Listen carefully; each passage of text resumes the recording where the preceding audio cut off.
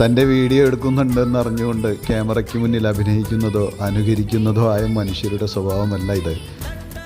അവരുടെ ഉള്ളിലെ ആത്മാർത്ഥമായ സ്നേഹത്തിൻ്റെയും കാപട്യമില്ലാത്ത നന്ദി പ്രകടനത്തിൻ്റെയും പ്രതീകമാണ് നാം ഈ കാണുന്നത്. സത്യത്തിൽ നമ്മളെല്ലാം തോറ്റുപോകുന്നതും ഇവരുടെ മുന്നിൽ താന്നു പോകുന്നതും ഇതൊക്കെ കാണുമ്പോഴല്ലേ.